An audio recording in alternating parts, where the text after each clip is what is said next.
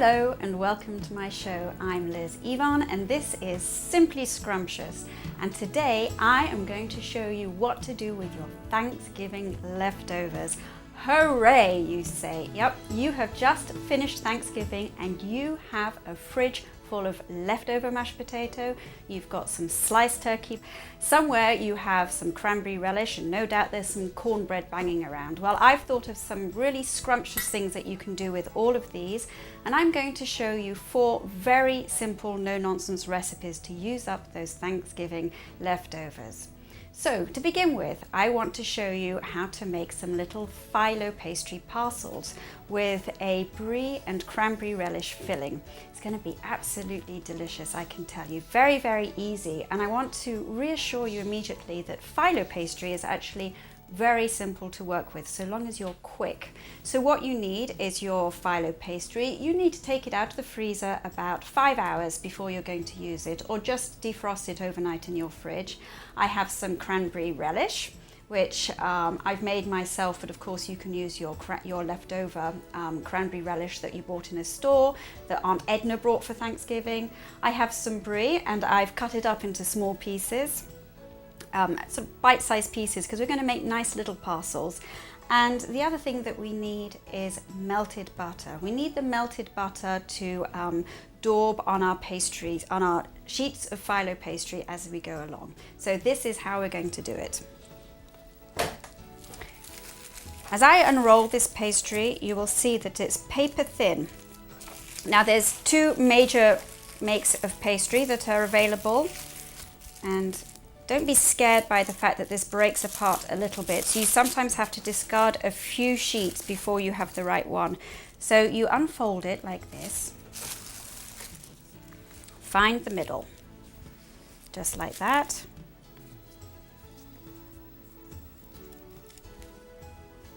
And there we have it.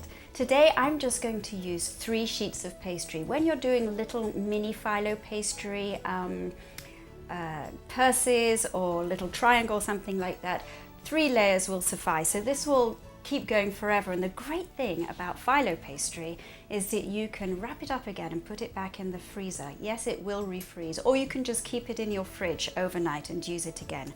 So I'm just going to take 1 sheet just like this, and this comes away very nicely. Whoops, well, fairly nicely anyway, and put this to one side and lay it flat. I have my first sheet of the phyllo pastry, and I'm going to take my melted butter. You can use melted margarine, you can use oil as well. I always use butter simply for the taste. It really tastes delicious when you have the butter. Now, while I'm preparing this, I have preheated my oven at 375 degrees. Not too hot.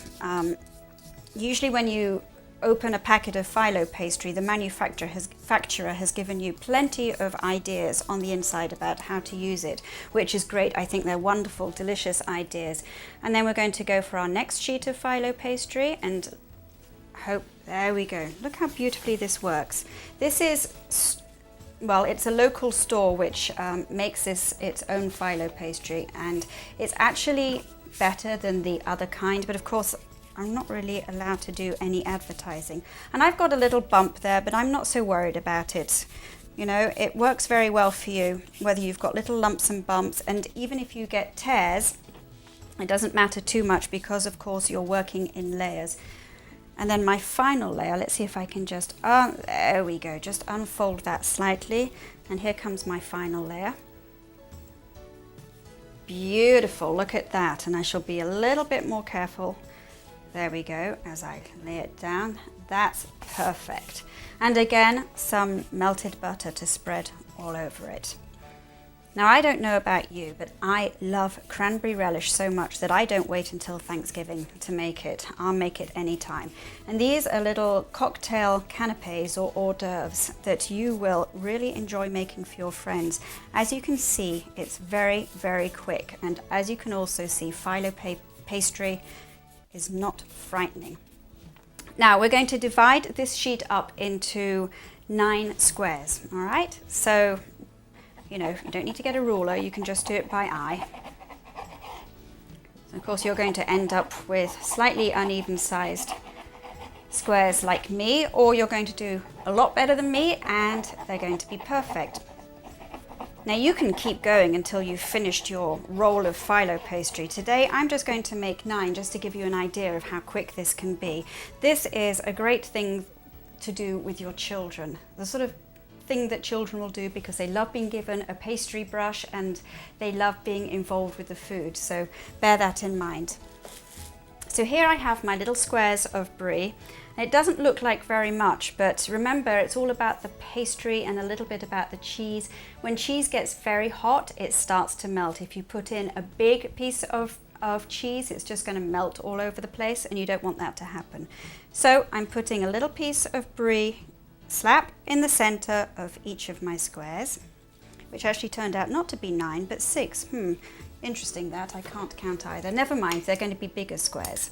And then a heaped teaspoon of cranberry relish. So as you can see, I'm not very strict about the numbers and I'm not very strict about the sizes. I think if you got them a little bit smaller, they would look a little daintier.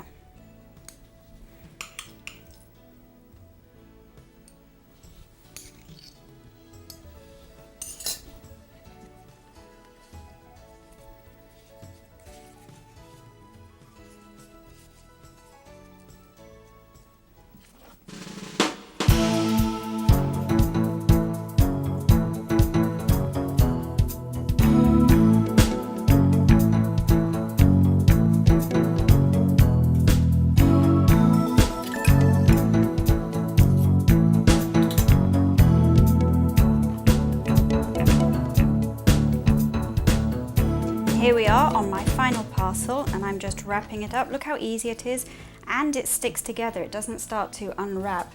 And again, paint on that melted butter.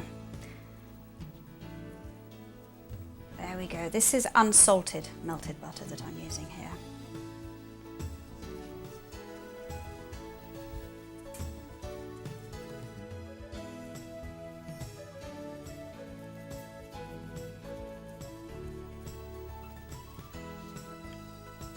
And here we are, we have my last parcel, and you're going to put this on a baking sheet that you will have lined with either baking parchment or some silicone paper, and put it in your preheated oven, 375 degrees, for about 20 minutes, or until golden, as they say.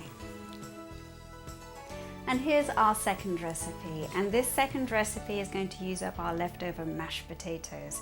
Of course, it can be leftover sweet potatoes, mashed, it can be leftover mashed root vegetables, but usually you have more than you need.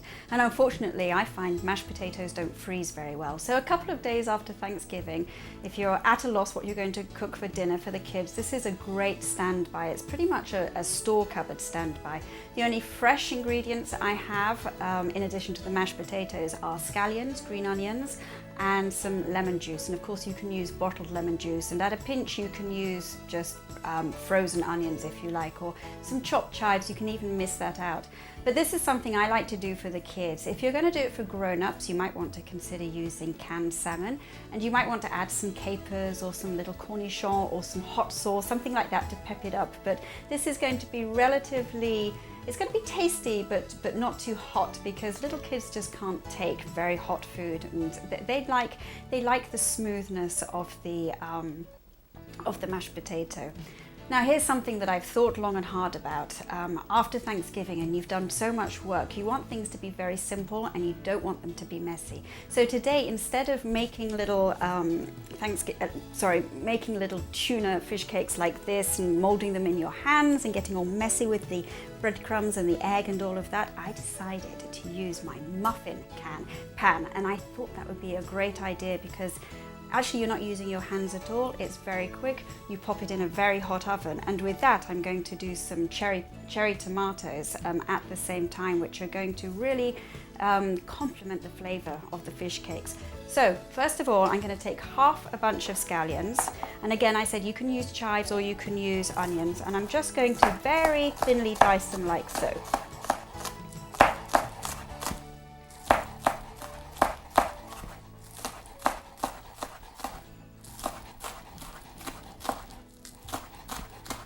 And I go sort of about up to there, and then I'm just going to quickly discard those. Now, what I have down here is just a regular garbage bag, shopping bag, and you might want to think of this when you're cooking. Just keep either a pot or a bag on the table, on your work surface, and just keep putting the trash in there as you go along. It saves sort of walking around the kitchen looking for the trash can, and then you just bundle it up and throw it away at the end. Now, in this bowl I have a 6-ounce can of tuna, just regular tuna in brine. You can use tuna in oil if you prefer, but this is just good enough. And I'm going to just mash this up to begin with. It's actually easier to do it this way than trying to flake up the tuna and then add it to the mashed potatoes, because I'm trying to use as few utensils as possible.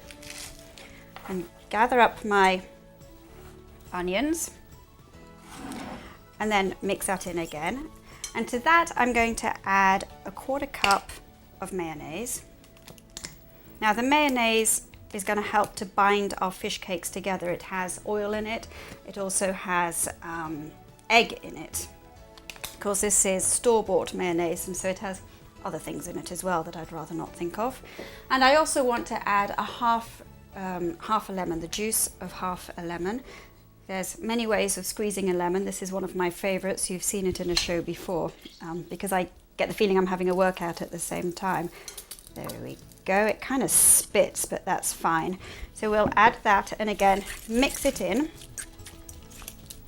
Now, because of the egg and the mayonnaise, I don't need to add an egg to bind it all together. A little bit of seasoning.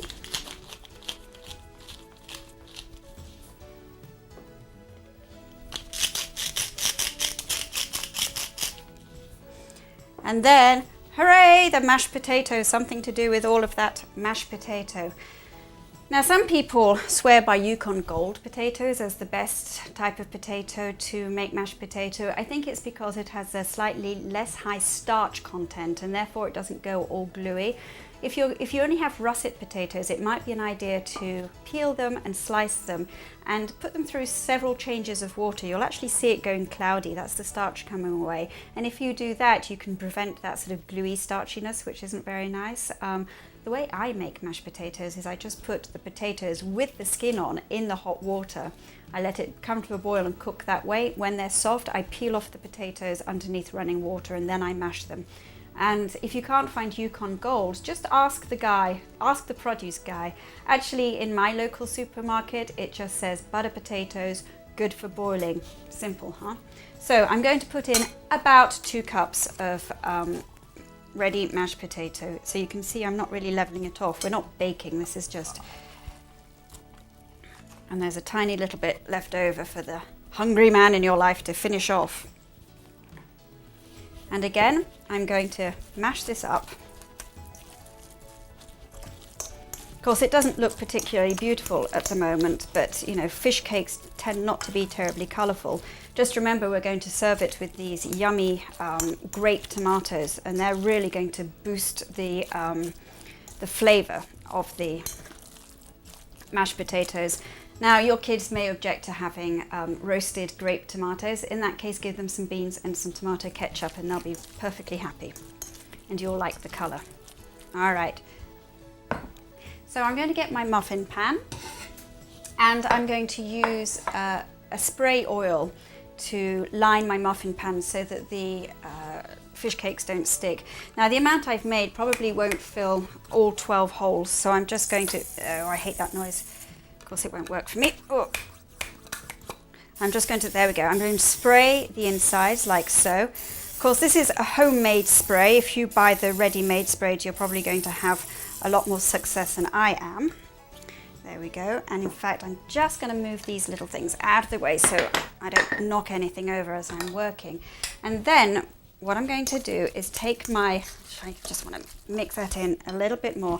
I'm going to take spoonfuls of this and I'm going to fill the muffin pan like this. Okay, I'll do 8 quickly and then I'll see where I need to top them up. It's a little bit like putting batter in. Seriously, this is a really easy way of making little cakes, and then you can just sort of tip them out. I sort of scoop them out with a spoon and that works really well. So like we're up to 6.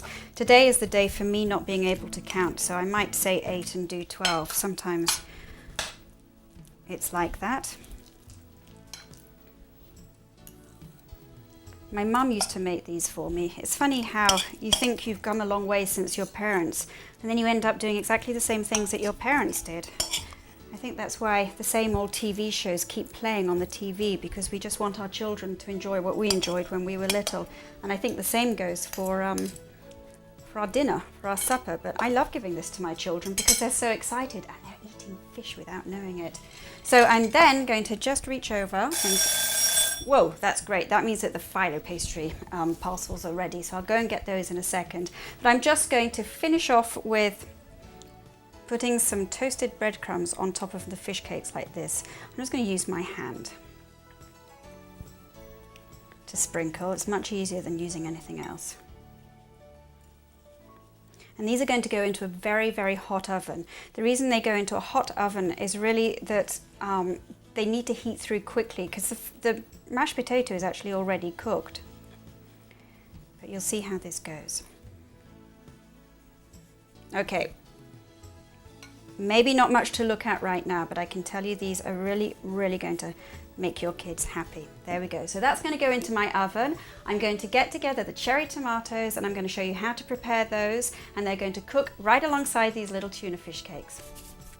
So I'm going to roast these grape tomatoes right alongside those fish cakes and make use of a hot oven. Really easy. This is going to take, oh, let's count, maybe a minute, no more. So this is a pint or a little carton of grape tomatoes, and I'm going to sprinkle some garlic powder over that. Or if you want to, you can get a real clove of garlic and chop it up. But remember, I'm trying to do this fast. I don't want you to spend too much time in the kitchen after your Thanksgiving marathon. I just want you to sort of finish things off. Take a little sprinkling of salt, and then some olive oil, which I'm just going to drizzle all over the tomatoes like this. Now, if you don't want to use cherry tomatoes, you can use grape tomatoes. There's a little peep in the background. That just means that my oven is really nice and hot now. Just don't use the bigger tomatoes because they're not going to be able to cook in the 20 or 25 minutes that we're going to give them. If you want to do big tomatoes, just have it in a 350-degree oven and just leave them for about an hour. But anyway, this is going to be really scrumptious because what happens is the natural sweetness of the tomato starts to ooze out and it mixes with the olive oil. And look, I'm totally unashamedly using my fingers to mix this up. And I'm just going to put in these little sprigs of thyme. This thyme I keep in my garden, and this is lemon thyme. It has a delicious aroma. It's wonderful. So I'm just going to add that. I'll pull a few sprigs off, but I'm just going to put them over. Of course, these get all cooked down, a little bit charred, but the result is amazing. So in they go in the oven for about 20-25 minutes, and then we'll move on to our next recipe. So now we're moving on to the third segment of our Thanksgiving leftovers, and I'm going to show you what to do with your leftover cornbread. So you can see I have half a tray of cornbread. In fact, I put this in the freezer because I wasn't going to use it immediately. And just take your bread out of the tray and either wash it and keep it, or just throw it away like I'm doing. What I want you to do is cut it in half this way because those slices are too thick. What we're going to do is make the equivalent of French toast, but we're going to give it a much posher name. We're going to call it pain perdu, which is French. It actually means forgotten or lost bread. And it's the sort of thing that you do with leftover bread, basically. And you can also use different types of cakes, or croissant or panettone. You know, it's French toast, but I learnt it as pain perdu, and we're going to add cream and sugar and orange flower water to it. So I didn't do a very good job of that, but that doesn't really matter. This is just breakfast for the family the next day. And then I'm going to cut this up into smaller segments. I think I'm going to attempt again. There we go, just to discard that, make it look a little neater.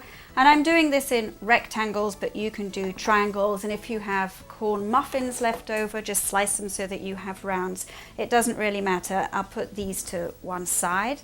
This will do breakfast for 3 or 4 people. It depends on how hungry people are. But I tried this on my kids and they absolutely loved it. And again, it's one of those things that I realize I'm not going to have to wait until Thanksgiving to do. I can do this anytime. Yum, delicious.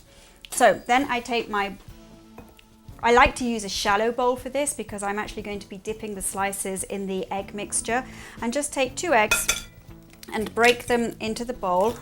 Try not to put the shell in like I've just done.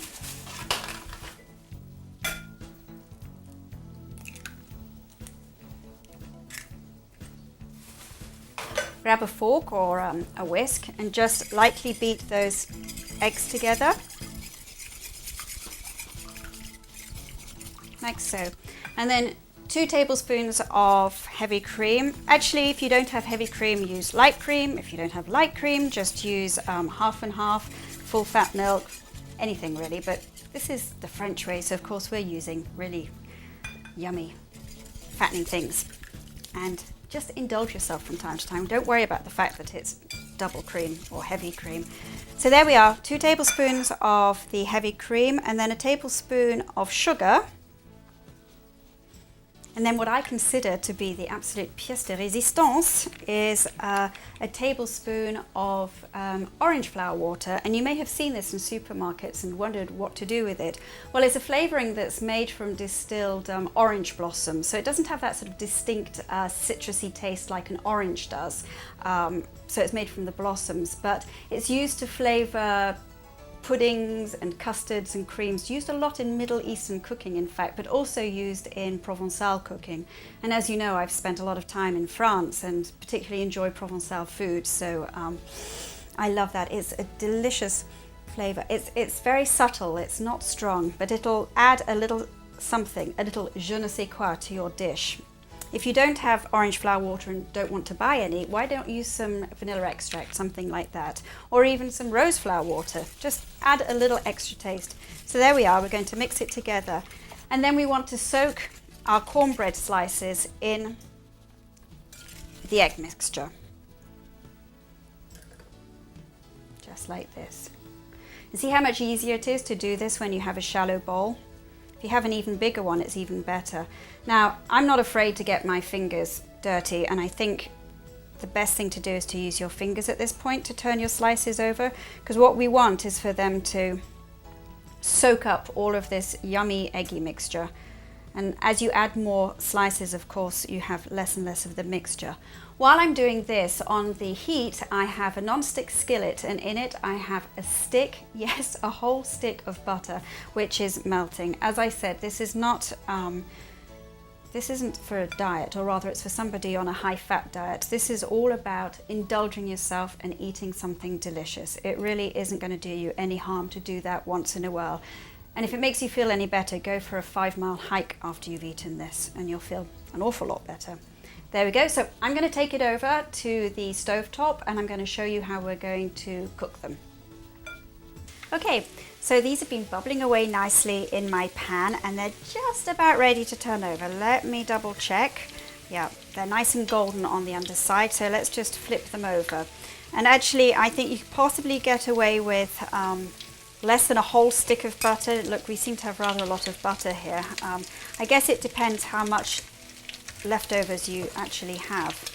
And when you hear that crackling noise, you know that you can turn down the heat a little bit because you certainly don't want to be burning your breakfast. Here we go. Isn't this lovely?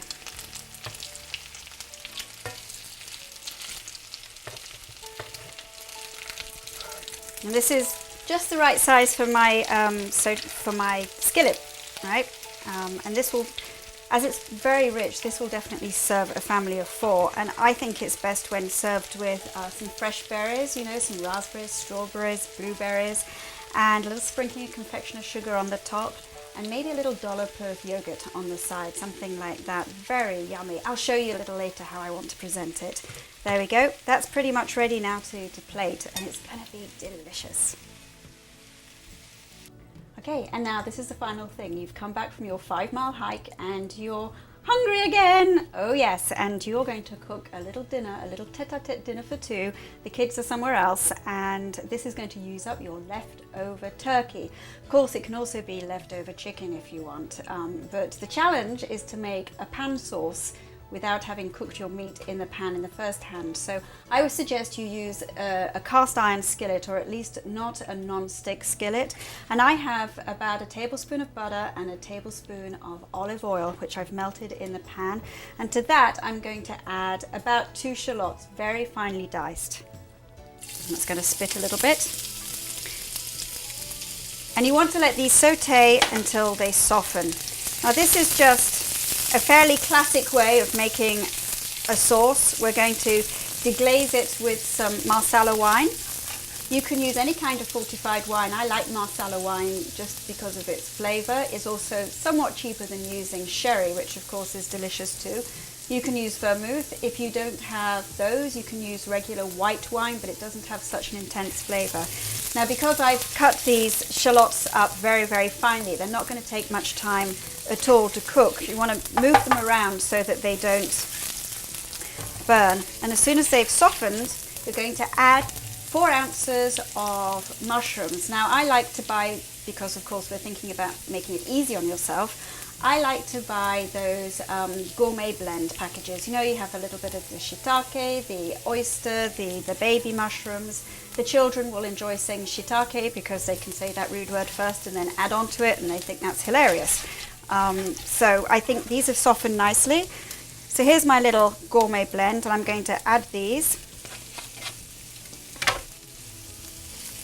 Now usually mushrooms have quite a lot of moisture in them, so you want to get the heat up a little bit, because while we're cooking them we want them to go golden, but we want them to release all of the excess moisture that they have inside them. There we go, like this. Now, to compensate for the lack of flavor that we would have got by cooking our meat in the pan, because when you cook meat in a pan and take it out, you scrape up the little bits of the brown, sort of slightly burnt bits inside the pan. That's called the fond. It's another French word, F-O-N-D. We don't have that, so that's why I'm using this particular pan, because this is a pan that I use to cook meat in. We're also going to use a fairly good quality, or a very good quality chicken stock, you know, very flavorful, sort of help impart that taste. All right, now these mushrooms are pretty much golden now. They're ready to transfer out of our pan. I'm just going to put them on the side here on top of the turkey. This, of course, is the sliced cooked turkey. Don't worry if you have a few mushrooms lingering in the pan. It's not going to hurt your sauce. Be very careful when you're using one of these kind of pans, because these handles get very, very hot. There we go, that's my last spoonful now. And then I'm going to deglaze the pan. To deglaze is just to add some alcohol, and that's going to scrape up what little we have today, unfortunately, of the bottom of the pan to get all those flavors up. So we're going to get the mushroom flavor up today. And I want to put in about half a cup.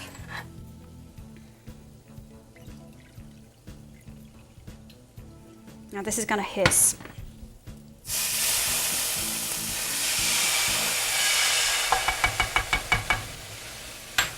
When you've done that, you want to turn up the heat immediately, because you want to bubble this up and reduce it. We also want to cook off the alcohol. So we're left with the flavor of the alcohol, but we've cooked off the alcohol. All right, so when it's cooked down, when it's reduced in volume to about half the original volume, you then add your cup of chicken stock or broth. Now, if you can make this hot, that would be a great idea, because then it's not going to slow down the whole cooking process. It was hot when I began cooking, but it got a little colder as we went along. But if you're smart, you're going to heat this up quickly in the microwave, that's fine. And then you want to wait for that to come back up to temperature, to the bubbling consistency, and then we're going to add the mushrooms and the turkey. The mushrooms are still warm, but of course the turkey's cold, but it is cooked. So all we want to do is just heat it right through.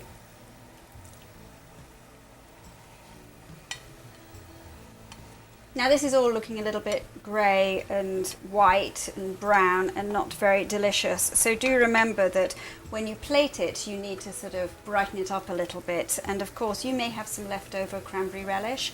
I would suggest serving it with a steamed vegetable such as broccoli or sugar snap peas, something like that to brighten it up. And of course, a little garnish, a little sprinkling of chopped parsley, something like that. It'll really brighten up the plate.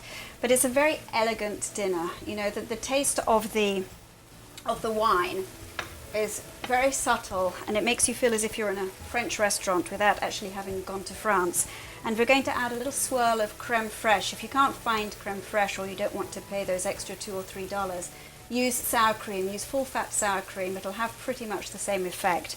If you don't want a very creamy sauce, just omit the step where you put in the creme fraiche and just swirl in the tiniest little knob of butter. What that will do is give it that very professional looking shine that looks so good when you're in a restaurant as well. So we're nearly done. I just want to make sure that my turkey is thoroughly cooked through.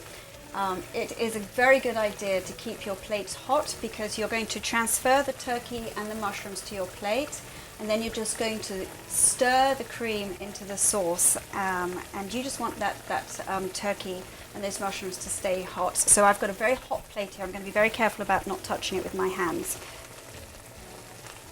And I just transfer this across. The steam is actually pretty hot as well.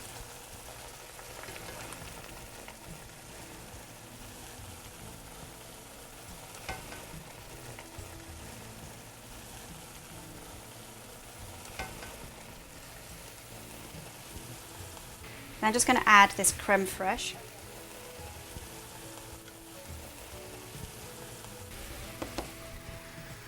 And some salt.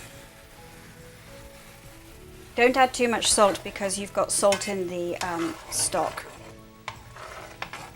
And just swirl that in.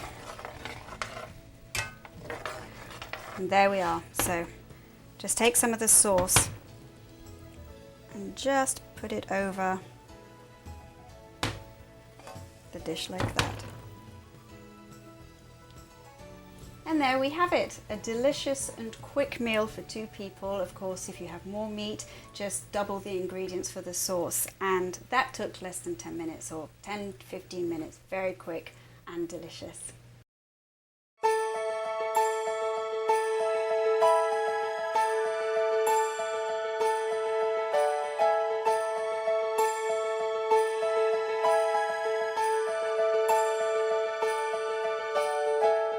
So here we have it. I think this isn't too bad for a few leftovers that I found in my fridge. Thank you for watching and bon appetit, and I think you'll find that this is simply scrumptious.